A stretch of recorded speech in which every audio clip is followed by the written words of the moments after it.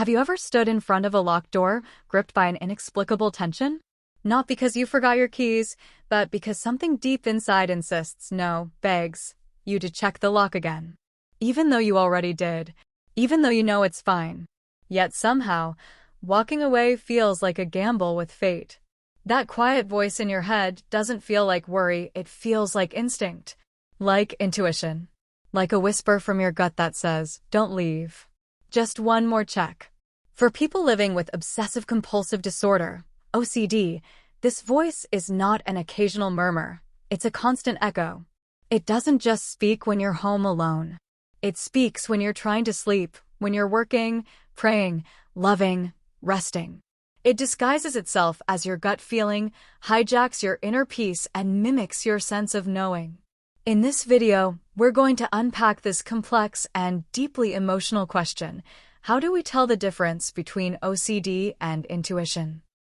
And when both feel real, which one do we follow? Let's begin by exploring the emotional confusion many people with OCD face daily. Intuition is supposed to be your ally, your internal compass. It's that voice that helps you sense when something is wrong or when something feels right. But with OCD, that compass often spins in circles. The problem isn't just that you have intrusive thoughts, it's that those thoughts carry emotional weight and seem aligned with your values. The anxiety feels like truth. The doubt feels like morality. And the compulsions? They feel like responsibility. Take someone with relationship OCD. They might suddenly question if they truly love their partner, not because of real conflict or incompatibility, but because of an intrusive thought followed by panic. That panic feels so real that it begins to disguise itself as inner wisdom. But it's not clarity they're seeking, it's certainty. And OCD thrives on the illusion that certainty is just one more thought, one more check, one more question away. True intuition, on the other hand, is much more gentle. It's not loud, desperate, or frantic. It's a quiet knowing that arises from accumulated experiences and subconscious processing. When you feel like someone is lying to you or sense danger on an unfamiliar street, your intuition is often drawing on hundreds of subtle signals, tone of voice, body language, past memories, or learned associations. Intuition doesn't scream. It doesn't demand. It informs. The defining trait of intuition is its clarity. Even when it points towards something uncomfortable, it does so with calm authority. It's not tangled in panic. It's not looping. It usually doesn't come back over and over, begging for your attention. Instead, it offers a kind of steady inner direction like a compass needle that eventually settles and says this way. OCD, unfortunately, knows how to impersonate that needle. But instead of offering direction, it offers anxiety dressed as urgency. Neurologically speaking, OCD involves hyperactivity in areas of the brain responsible for error detection and threat response, like the orbitofrontal cortex and the anterior cingulate cortex. These parts of the brain become overly sensitive to the possibility of mistakes, contamination, moral failure, or catastrophe. They trigger intense emotional reactions, not based on actual danger, but based on imagined what-ifs. This is where the confusion becomes unbearable.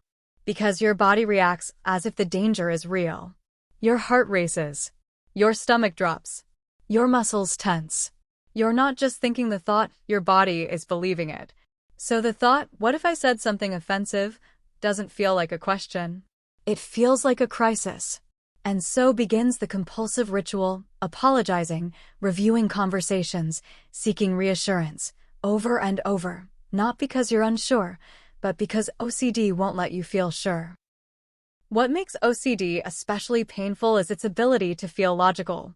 It doesn't always offer absurd or obviously irrational thoughts. In fact, it often mirrors reasonable concerns, but then refuses to let them go. Unlike typical worries, OCD thoughts stick like glue. The person knows on some level that their concern might be excessive, but it feels true.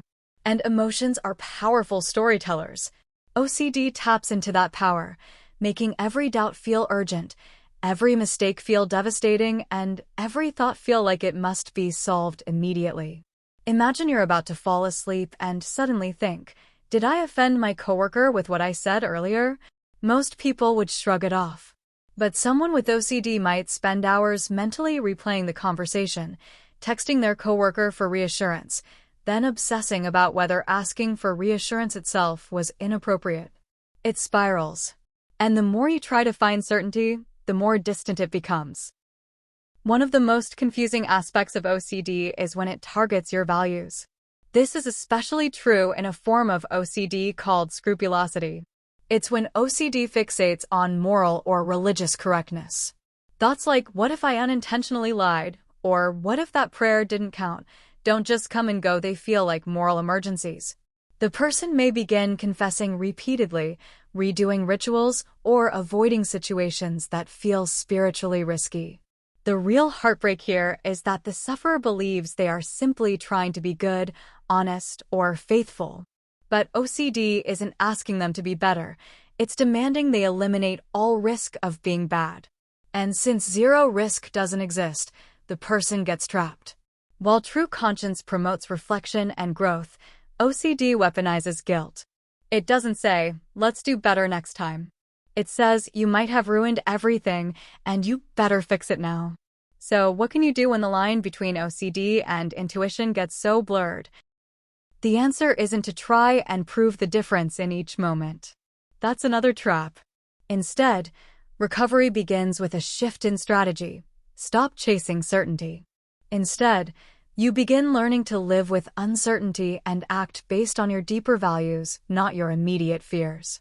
This is the foundation of exposure and response prevention therapy, ERP, a gold standard treatment for OCD. ERP teaches you to gently face the thoughts that terrify you without performing the compulsions. Over time, this retrains your brain to see uncertainty not as a danger, but as something bearable. You stop obeying OCD's panic. You start reclaiming your choices. You might begin to say things like, maybe I did something wrong, and I'm choosing not to check, or maybe that wasn't perfect, and that's okay. It's not resignation, it's liberation. When you stop measuring your safety by how certain you feel, you begin to rediscover peace. Learning to reconnect with real intuition after years of OCD is a slow, compassionate process. One helpful way is to begin noticing tone and urgency. OCD is loud, harsh, and immediate. Intuition is calm, measured, and often patient. Ask yourself, is this voice speaking from fear or from grounded wisdom? That simple question can begin to illuminate the difference. Another useful approach is to delay action. If you feel an urge to check something or seek reassurance, give it time. OCD will often lose intensity when not immediately obeyed. Intuition, however, will stay present without demanding panic. Journaling can also help. By writing down your thoughts and reviewing them later, you may begin to see which ones were fear-based and which ones were truly insightful. And above all, seek professional support. A therapist trained in OCD treatment can help guide you back toward a healthier, more grounded sense of self. Real-life moment of clarity, a short story. A young woman once shared her journey of being consumed by the thought that she might have lied at work. She couldn't stop replaying her words, fearing she had misrepresented something and was now living as a fraud. Her anxiety became paralyzing. But through therapy, she realized the drive to correct herself wasn't about integrity, it was about avoiding discomfort.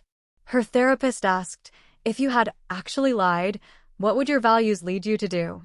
She replied, apologize and clarify once, and then let go. That was the turning point.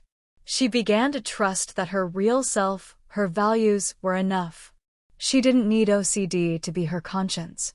OCD makes you question everything, even your own inner voice. It disguises itself as intuition, morality, safety. But here's the truth. The voice that constantly screams, threatens, and shames you isn't your guide. It's your illness. Real intuition doesn't imprison you. It empowers you. And the path to recovery is not about silencing every thought. It's about choosing which ones deserve your trust. You are allowed to walk away from doubt. You are allowed to feel fear and still choose peace. You are allowed to say, This might be OCD, and keep moving. If this story speaks to your experience, know this: you're not alone. And there's a way forward, one where you don't have to obey every thought, and where your true self gets to lead the way again.